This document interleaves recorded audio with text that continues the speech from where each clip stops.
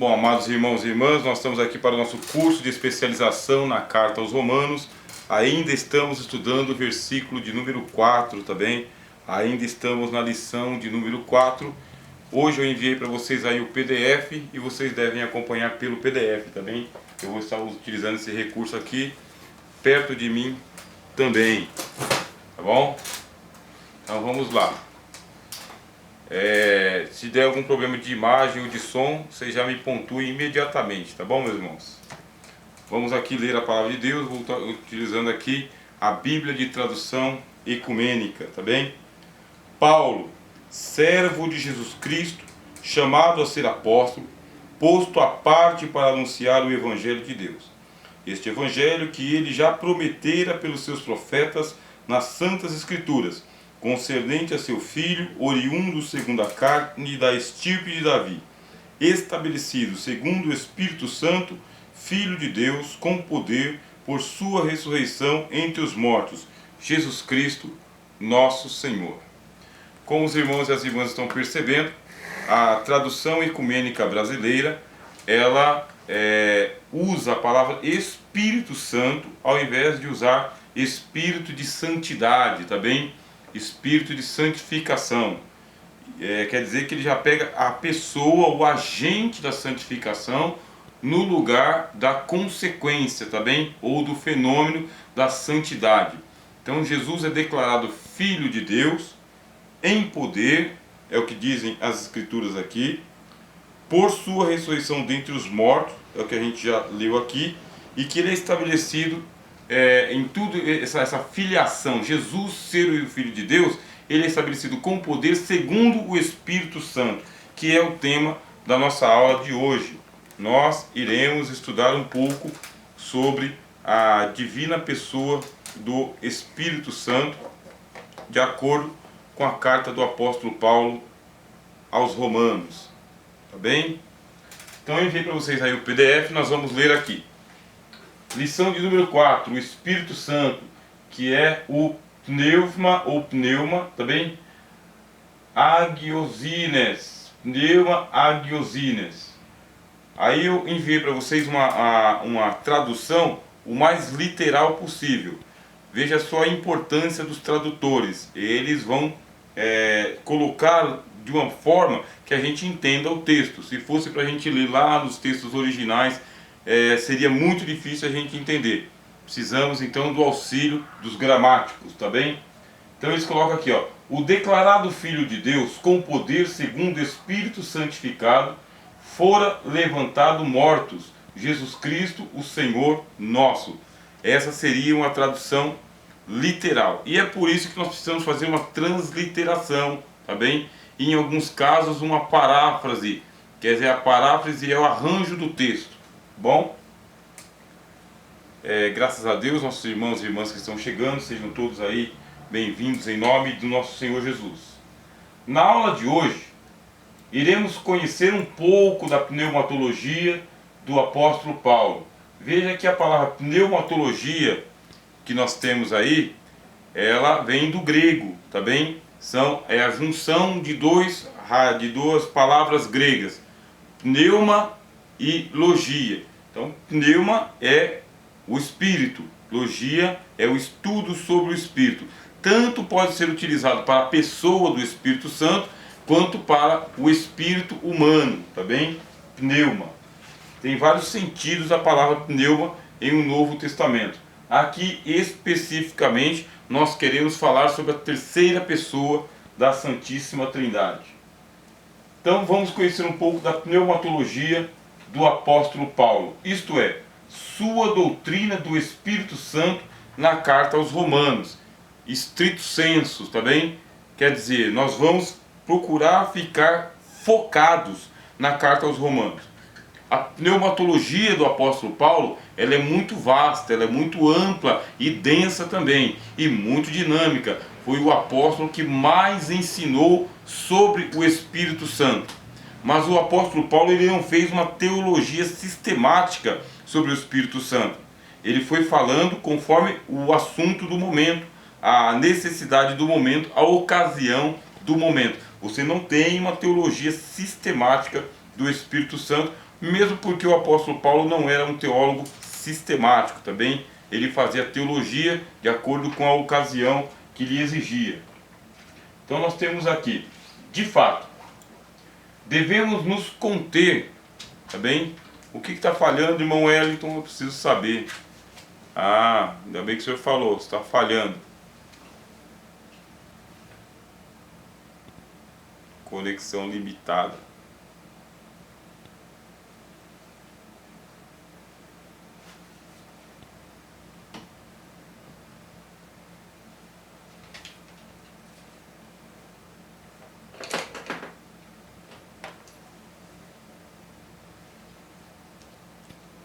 Melhorou, meus irmãos? A conexão melhorou? Travando. Voltou, né? Tava falhando, né? Tá ótimo. Então vamos lá. De fato, devemos nos conter ao estudar as cartas do apóstolo Paulo de maneira sistemática, pois as suas doutrinas são muito dinâmicas e mesmo que tenham um fio de prata que as liga de ponta a ponta, formando corpos paulinos, nem por isso são idênticas em todas as cartas. Uma das falhas da teologia sistemática é justamente essa, meus irmãos. Eu pego um tema como é o tema do Espírito Santo. É o tema. Aí eu penso que o apóstolo Paulo sempre falou do Espírito Santo da mesma forma em todas as cartas. Essa é uma falha da teologia sistemática. Não acontece dessa forma. Ele fala a sua teologia de acordo com a circunstância, a situação, a necessidade daquela igreja especificamente. E nem sempre o que ele fala na carta aos Coríntios é o que ele fala na carta aos Romanos, ou na carta aos Filipenses, ou aos Colossenses. O apóstolo Paulo ele é muito sensível para o contexto social da igreja, contexto econômico da igreja e mais ainda, o cabedal de conhecimento que eles tinham de determinadas doutrinas. Quando os irmãos vêm, por exemplo, escrevendo para os Tessalonicenses, ele fala: não vos lembrais de que estas coisas eu vos anunciava quando estava convosco? Aí Paulo dá uma exortação neles falando: eu já ensinei isso, como que vocês estão se deixando seduzir tão facilmente com aquilo que eu já ensinei e vocês estão descartando? Porque Paulo havia um problema na igreja de Tessalônica, que era a questão da ressurreição dos mortos. Alguns afirmavam que Jesus havia voltado, Cristo havia ressuscitado alguns mortos e os tessalonicenses não perceberam. Aí o apóstolo Paulo fala: de ninguém de maneira nenhuma vos engane, porque isso não acontecerá sem que antes aconteça isso, aquilo e aquilo outro. Pronto. Agora, quando o apóstolo Paulo escreve aos Colossenses, o contexto é outro. Quando ele escreve aos Filipenses, o contexto é outro. Por isso que ele não traz de volta alguns assuntos no mesmo nível de abordagem. Ele tem essa sensibilidade para saber que essa igreja já tem esse quantum teológico, essa quantidade de conhecimento teológico, e que agora ele pode colocar mais uma camada em cima. Agora, quando ele está escrevendo aos Coríntios, ele já fala o seguinte: eu tenho que tornar a ensinar para vocês aqui o leite. Com leite vos criei, e não com sólido mantimento, porque não podíeis suportar antes, e nem tampouco agora. Esta é a sensibilidade do apóstolo Paulo. Por isso, quando a gente pega um tema como o Espírito Santo, será que aquilo que ele falou sobre o Espírito Santo na carta aos Romanos é idêntico àquilo que ele falou em Corinto, ou aos Gálatas, ou aos Efésios, ou a Timóteo, ou a Filemon? São 13 cartas, meus irmãos. As 13 cartas formam o Corpus Paulinus, tá bem? E você vai encontrar um fio de prata entre a carta aos Romanos e a sua pequena carta a Filemon. Um fio de prata, porque quem escreveu foi o apóstolo Paulo. Tem a estilística do apóstolo Paulo, vocabulário do apóstolo Paulo, ideias centrais do apóstolo Paulo, mas existem as ramificações, o desenvolvimento doutrinário. Mesmo porque, meus irmãos, tem um princípio na teologia chamado de revelação cumulativa e outro chamado de revelação progressiva. Isso significa que algumas coisas que o apóstolo Paulo escreveu aos Tessalonicenses, ele só tinha conhecimento naquela ocasião. Mas depois, com o passar dos anos, o Espírito Santo revelou outras coisas para ele. Ele aprendeu outras coisas. E agora ele vai escrever com maior primor, como por exemplo quando ele escreveu para Timóteo. A teologia dele passou por uma evolução. Por isso a gente chama de teologia progressiva. Tá bem, Adriel? Teologia progressiva. E depois a gente fala de teologia cumulativa. Tá bom? Então, a gente não pode cair muito na armadilha de ter uma teologia sistemática, idêntica para todas as cartas. Aqui a gente vai procurar ficar na carta aos Romanos.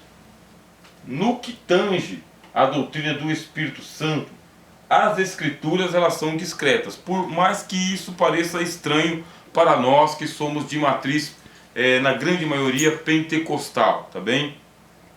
Mas nem todos os evangélicos são de matriz pentecostal. Agora nós aqui no Brasil somos quase que esmagadoramente, pelo menos a maior quantidade de pessoas cristãos são pentecostais ou creem na doutrina do Espírito Santo de uma maneira carismática também, ou a partir da renovação carismática. O que significa isso, meus irmãos e irmãs? Um pouquinho da teologia do Espírito Santo. A terceira pessoa da Trindade, ela vem sendo a mais discreta das três. O Pai, o Filho e o Espírito Santo. Das três, a mais discreta tem sido a pessoa do Espírito Santo. Mesmo porque o Espírito Santo ele foi revelado ou enviado para falar de Jesus. O foco do Espírito Santo é revelar Jesus. Tudo é para Jesus. Ele que é o Senhor de todas as coisas. Agora, a pessoa do Espírito Santo, ele é o iluminador, é o revelador. Ele é a pessoa que o apóstolo João prefere chamá-lo de Paráclito, tá bem? É o termo preferido para o apóstolo João, Paráclito, que significa o encorajador, tá bem? Ou o advogado, aquele que fala junto pela pessoa e junto com a pessoa, é o consolador. Esse aí é o vocabulário do apóstolo João. O apóstolo Paulo prefere pneuma mesmo, espírito, tá bem? O apóstolo João chama o Espírito Santo de Paráclito. O apóstolo Paulo prefere chamá-lo de Espírito Santo e Espírito de Deus e Espírito de Cristo. Isso aí já é o vocabulário, a terminologia do apóstolo Paulo. Ele, o Espírito Santo, é a pessoa mais discreta que nós temos. No Antigo Testamento ele aparece, ele surge. Em todo o Antigo Testamento ele está presente. Em o Novo Testamento ele é evidente. Então, presente no Antigo Testamento, evidente em um Novo Testamento. Isso tem que ficar bem pontuado para nós aqui. E nós que somos de matriz pentecostal, como eu disse aos irmãos, um pouquinho da história. Nós damos um pouco mais de relevância para a doutrina do Espírito Santo por causa da nossa fé na atualidade das manifestações dos dons do Espírito Santo, igual no tempo dos apóstolos. Isso aí é uma característica do pentecostalismo e também do chamado movimento carismático ou das igrejas renovadas. Então, se você vê movimento carismático, igreja pentecostal ou então as igrejas renovadas, é porque elas dão ênfase à doutrina do Espírito Santo tal qual era no dia dos apóstolos, tá bem? Por isso esse nome que é utilizado. Na atualidade surgiram também os chamados neopentecostais, que eles têm uma teologia do Espírito Santo menor, de outra característica do que a dos pentecostais. A ênfase dos pentecostais é na manifestação dos dons extraordinários do Espírito Santo.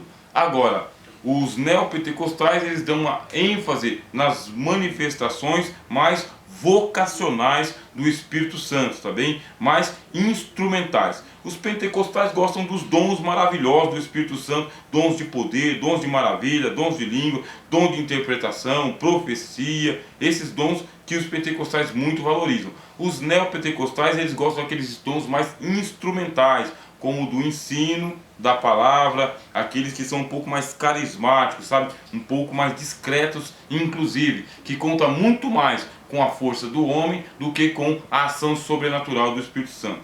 Então você vai vendo que existe aí uma dinâmica nas doutrinas do Espírito Santo. E por que que é dessa forma? Por que que não é uniforme? não é uniforme, porque o Espírito Santo não é uniforme. Quando você lê o profeta Isaías, diz que ele tem 7 manifestações, meus irmãos. Então você pega aqui, ó, 7 manifestações do Espírito Santo, que é um só. Então depois você chega no Apocalipse, lá está ele, mais uma vez, os 7 Espíritos de Deus enviados para toda a terra. São os 7 ministérios gloriosos da pessoa do Espírito Santo, que é muito enfatizado, inclusive, no catolicismo romano, tá bem? Catolicismo romano, eles enfatizam bastante estas 7 manifestações do Espírito Santo. Vamos lá. Ele surge no primeiro capítulo de Gênesis. Lembram-se? No princípio criou Deus os céus e a terra. A terra era sem forma e vazia, e o Espírito de Deus se movia sobre a face das águas. Vou pegar para vocês aqui a Bíblia de Jerusalém, para nós lermos a tradução da Bíblia de Jerusalém, para vocês verem como que ficou nesta Bíblia. Esta Bíblia de Jerusalém, ela é considerada no mundo acadêmico dos teólogos uma das traduções mais literais que existe da Bíblia hebraica, tá bem? É a mais próxima da literalidade da Bíblia hebraica, não é a única, tá bem? Eu tenho outras traduções aqui também muito boas, mas essa de Jerusalém, ela não perde a sua relevância. É um material muito bom, muito denso, muito pesado e importante para o estudo da palavra de Deus. Então eles dizem assim: no princípio criou Deus o céu e a terra. Ora, a terra estava vazia e vaga. As trevas cobriam o abismo e um vento de Deus pairava sobre as águas. Esta é a Bíblia de Jerusalém. Não fala o Espírito de Deus se movia sobre a face das águas. Diz que um vento de Deus, tá bem? Ele pairava sobre as águas. Isso aqui é importante quando os irmãos estiverem lá fazendo as suas pregações de Jesus andando sobre as águas, tá bem? Porque é um paralelo entre Cristo e o Espírito Santo, tá bom? Aqui nós vamos ver outra tradução, que é a tradução ecumênica brasileira, tá bem? Quando Deus iniciou a criação do céu e da terra, a terra era deserta e vazia, e havia treva na superfície do abismo. O sopro de Deus pairava na superfície das águas. O que significa isso, meus irmãos? Que o Espírito de Deus está presente no ato criativo, presente.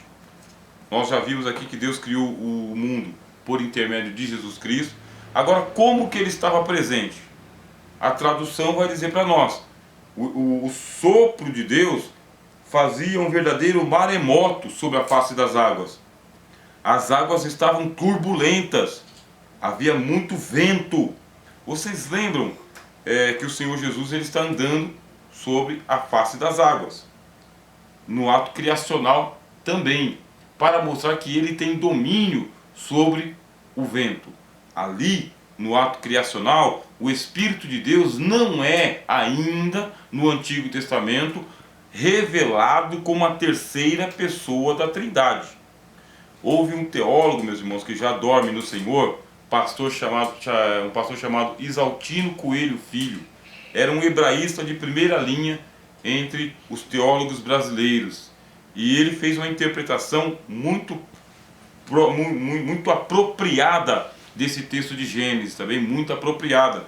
E ele vai dizer para nós o seguinte: nós não podemos tentar enxergar a Trindade no Antigo Testamento da mesma maneira que nós enxergamos em um Novo Testamento, porque lá no Antigo Testamento, ali é para se revelar monoteísmo, a existência de um único Deus Criador. É a ênfase do Antigo Testamento, é formar no coração do crente a fé monoteísta. Deus é um só, não temos dois ou três. Da onde que vem então a revelação sobre a pessoalidade do Espírito Santo? Novo Testamento. Quando você entra em Novo Testamento, o véu é tirado. Novo Testamento é o tempo da revelação de Jesus Cristo, a qual Deus lhe deu para mostrar aos seus servos as coisas que devem acontecer em breve. Agora está revelado. Nós temos um só Deus, três pessoas: o Pai, o Filho e o Espírito Santo. Três pessoas, um só Deus. É o mistério da Santíssima Trindade, meus irmãos. Por isso, quando você está lendo o livro de Gênesis, o Espírito de Deus se movia sobre as faces das águas, eu estou pregando para uma congregação de gente cristã. Então é muito comum eu dizer que o Espírito Santo estava supervisionando o lugar onde seria feita a obra da criação. Era um supervisor. Como que um supervisor? Ele estava em forma de vento, dizendo: eu estou presente aqui também. Eu estou presente. Então o Pai, o Filho e o Espírito Santo estão presentes. Mas isso aí dentro de um viés cristão. Para uma exegese do Antigo Testamento, os irmãos e as irmãs devem levar em consideração que não há uma revelação da Trindade no Antigo Testamento explicitamente. Isso tem que ser interpretado apenas pelos óculos de quem já se converteu ao Senhor Jesus. Entenderam, irmãos e irmãs? Bom, o que acontece? O Espírito Santo já está presente lá no Antigo Testamento e permanece por todo o Antigo Testamento. De que forma? Em forma de uma virtude multiforme de Deus. Virtude multiforme quer dizer que ali no Antigo Testamento também, quando você está interpretando, por isso que eu sempre falo para os irmãos, se torne um especialista em Novo Testamento para que você possa pregar o Antigo Testamento como cristão e não como judeu, porque você não é judeu e a igreja também não é judaica. Você é um cristão para uma igreja composta por gentes de todas as raças, povos, línguas e nações. É uma igreja gentílica, meus irmãos. Então, por eu não ser judeu, quer dizer que eu não tenho a propriedade do Antigo Testamento como um judeu e não prego para os judeus. Eu sou um cristão que prego para uma igreja de pessoas de todas as etnias, quer dizer, uma igreja gentílica. O que farei então? Eu preciso estudar muito bem o Novo Testamento para então eu pregar o Antigo Testamento com um mínimo de conhecimento necessário. Esse mínimo de conhecimento, meus irmãos, ele vai dizer o seguinte: olha, o Espírito de Deus, ele tem a mesma moral lá no Antigo Testamento que ele tem em um Novo Testamento? Não tem, meus irmãos. Em um Antigo Testamento, eles não têm a moral cristã. O que eles têm? Eles têm a moral dos povos orientais. E povos orientais antigos. Muitos deles, inclusive, bárbaros, semibárbaros, letrados e iletrados. Eles vivem no tempo, meus irmãos, dos gigantes. Vivem no tempo dos acadianos, sumérios, babilônios, medo-persas. Eles vivem nesses tempos. Tempo de invasões das tribos asiáticas às terras de Canaã. Tempo de invasão dos filisteus, povos do mar que invadiram a terra de Canaã. A idolatria grotesca e pesada, meus irmãos, inclusive com sacrifício de pessoas, sacrifícios humanos, crianças, virgens, escravos, homens. É um tempo de escravidão sistemática e institucionalizada. É um tempo de poligamia, quer dizer que havia poligamia, concubinato. Por isso, quando você vai estudar lá ética do Antigo Testamento, tenta aplicar-se a ética do Antigo Testamento em um Novo Testamento, você tem um choque. E foi por isso que um teólogo chamado Marcião, ele rejeitou o Deus do Velho Testamento. E aí surgiu a heresia chamada marcionismo. E recentemente, aí no século passado, um livro falando que Jeová é o falso Deus. Aí usa os textos do Antigo Testamento, comparando com o Novo Testamento e dizendo: não pode ser o mesmo Deus. É por falta de paciência em estudar a palavra de Deus como ela é. A ética do Antigo Testamento é outra. A ética do Novo Testamento é essa daqui, de Jesus. A do Antigo Testamento, ainda nós estamos no tempo das barbáries, tá bem? E é por essa razão que o Espírito de Deus pode assumir a pessoa de Jefté, Sansão, Gideão, e neles opera como uma virtude para a guerra, virtude para matar, meus irmãos, virtude de estrategista, virtude de general. Era o Espírito Santo? Sim. O mesmo que desceu no Pentecostes? Sim, porque não tem dois Espíritos Santos. Ele tem virtudes multiformes. Mas lá ele está na economia do Antigo Testamento. Aqui ele está na economia do Evangelho. Mudou a dispensação, mudou a atuação do Espírito Santo, meus irmãos. Agora as coisas mudaram, e mudaram muito, muito mesmo. Inclusive no tempo presente, o Espírito Santo ele não pode ser ultrajado, tá bem? Ele não pode receber o ultraje, porque se ele receber o ultraje, aí comete-se um pecado contra o Espírito Santo. Você nunca ouviu falar de pecado contra o Espírito Santo no Velho Testamento. Você só ouve falar em um Novo Testamento, porque a ética do Antigo Testamento é a ética dos guerreiros, dos reis, dos profetas que vociferavam juízos contra as nações. Lá ele não está para batizar, para selar. Lá ele não está para revelar Jesus Cristo como é revelado em um Novo Testamento. Lá ele revela de uma maneira metafórica, figurada, deixa os profetas encucados, eles não sabem exatamente o que é que o Espírito está dizendo para eles. Quer dizer que nós estamos em uma outra dispensação. Esta é a dispensação que o apóstolo Paulo chamou de a plenitude dos tempos. Então vamos aqui.